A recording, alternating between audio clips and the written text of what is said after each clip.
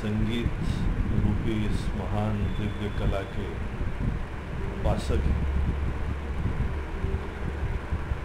संगीत अभी तो बना नहीं, दुनिया बनाने वाले ने बनाया। तो जिसने ये संगीत बनाया है, कितना बड़ा संगीत है। आज हम लोग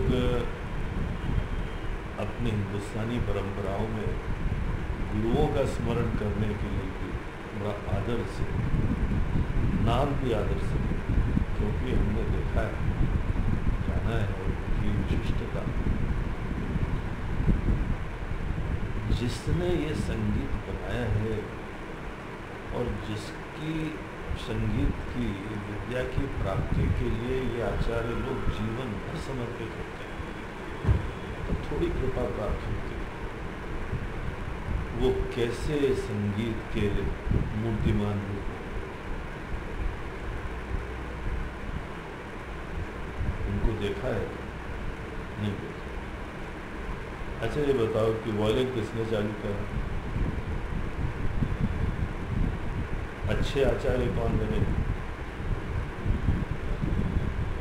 वॉयलिन के क्षेत्र के महान आचार्य लोग पुराने कौन थे?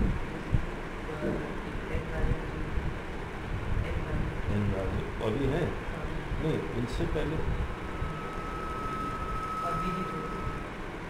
वो भी हैं। नहीं, उनके भी कोई गुरु होंगे, उनके भी कोई गुरु होंगे।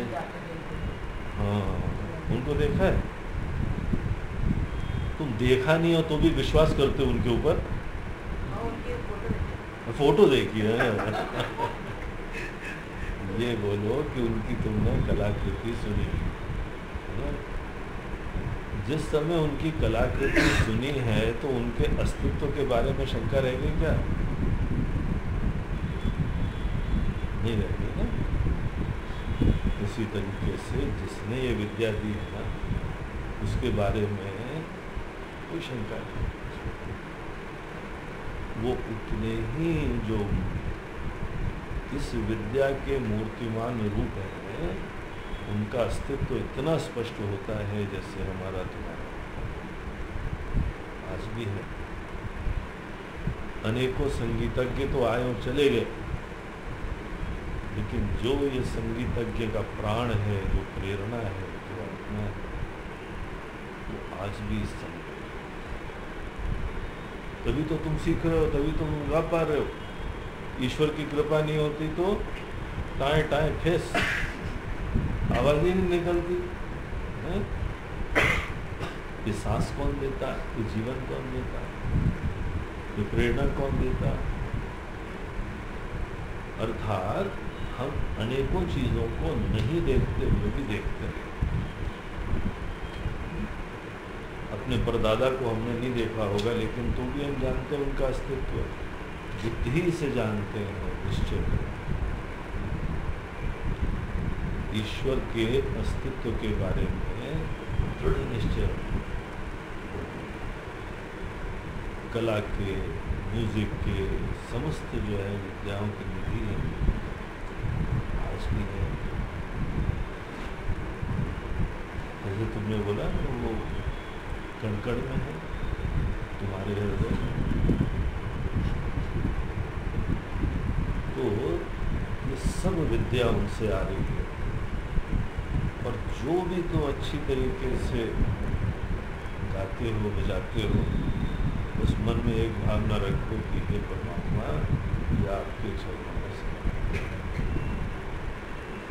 जो व्यक्ति अपने जीवन के तार उस ज्ञान की, कला की निधि से जोड़ देता है, उसको सदैव आश्रय। और जो नहीं जोड़ता, उसका पता क्या दुर्गति होती? अभिमानी। अभिमानी हो जाता, हमने बजाया, हमने करा, वो हवा में हो जाता है। और जिसके जिसके अंदर अभिमान हुआ, उसकी दुर्गति रावण जैसी होती है। इसीलिए आप दोनों जने बहुत भगवान की कृपा के पात्र हैं, अस्वी हो, उपासक हो, लेकिन अपने मन का तार उस ज्ञान की कला की निधि से। ऐसे मन के अंदर विश्वास करो कि जितनी म्यूजिक है, जितना सामर्थ्य है, उसी को ईश्वर है। तो हर अपनी जो प्रस्तुति है, ऊपर से तो भले पब्लिक को सुना, लेकिन दिल में मनी मन भगवान, आप चरणों में एक फूल,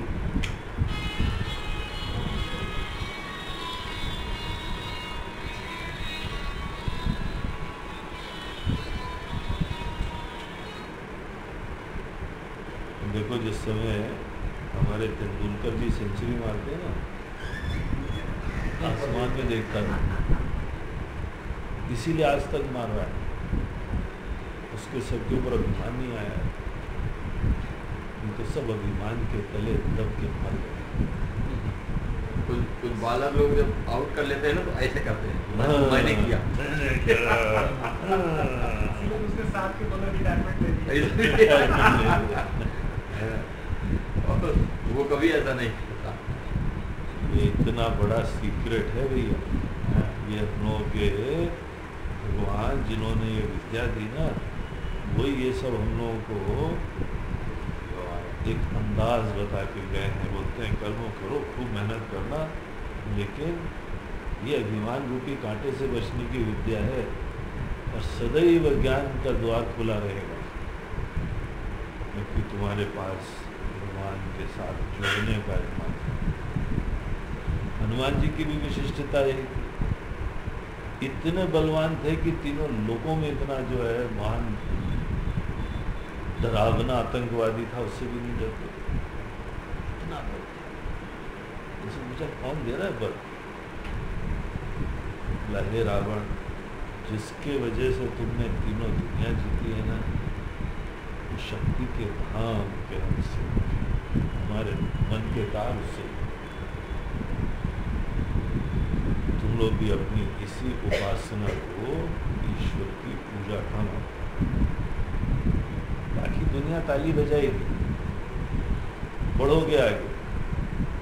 बहुत सारे लोग तो समझेंगे ही नहीं, और जो समझ जाएंगे जो है ना, वो आशीर्वाद भी देंगे, तारीफ भी करेंगे, लेकिन उनको उनकी चिंता नहीं होनी चाहिए, तुम्हारी पूजा भगवान की चाहिए। बस बहुत जल्दी खुश हो जाओगे ना, तो भगवान बोलेगे फुल स्टॉप, अब खुश रहो। हाँ, तो भगवान की सेवा में कभी संतुष्टि मत रखो, सतत उत्कर्ष होता है, और बढ़िया चीज़ें सीखो। जो विनम्र होता है ना, उसको भगवान आशीर्वाद देते हैं। अभिमानी होता है तो चुपचाप बैठ जाते हैं, बोलते हैं हवा में रहोगे, हवा में आएंगे, बोलते रहो। तो इसी को जो है भगवान गीता में बताते हैं, अरे जो भी आदमी की प्रकृति है अपने हिसाब से करता है ना, अगर उसने इतनी एक चीज़ सीख ली कि वो हमको अपने हृदय में बैठा लेता है, हमसे जुड़ा रहता है, हम उसको देते हैं, वो हमको देता है, देखो कैसा हम दोनों का प्रेम का संबंध है। यद करोषि यदश्नासि यज्जुहोषि ददासि यद तपस्यसि कौन्तेय तत्पुरुष मम दयिता। ये तुम्हारी पूजा होता है। ये एक चीज़ याद रखो। बाकी तो जो है संगीत के क्षेत्र के जो गुरु जी हैं, उनके प्रति खूब श्रद्धा रखो, खूब विनम्रता रखो, खूब मेहनत करो। दिन रात आए या जाए, तुम्हारे लिए समय रुक जाए, लगे रहो चीज़ें। निश्चित रूप से तुम दोनों भाइयों को और तुम्हारे माता पिता को हमारा खूब आशीर्वाद है। खूब जो हो अपने क्षेत्र में आगे बढ़ो, इस विद्या का जो है वह उसको निमित्त बना के लोगों के हृदय में आनंद के पुष्प खिलाओ।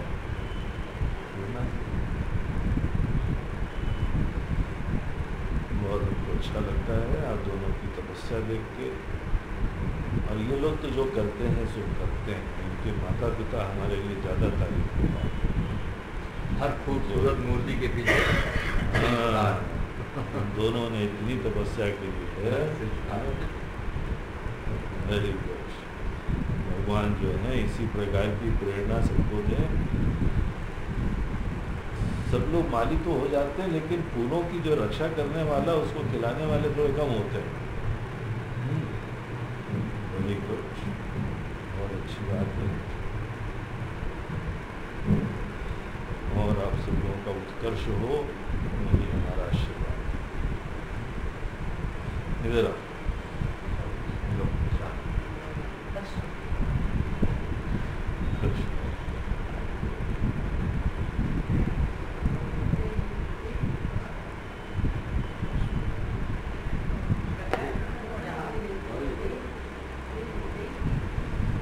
ये तो माला इनकी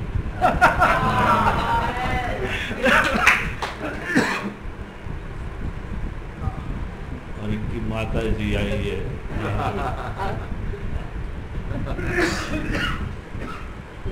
ये मेरी दीदी का लड़का है। अच्छा, अब क्या इसको नाम अपने बेटा पास ही आपका? रखेंगे। नाम क्या है आपका? मेरा नाम गोविंद माता। गोविंद। पढ़ाई कर रहे हो? ये अपने ऐसी भाइयों की तरह तपस्या करना मत करना है।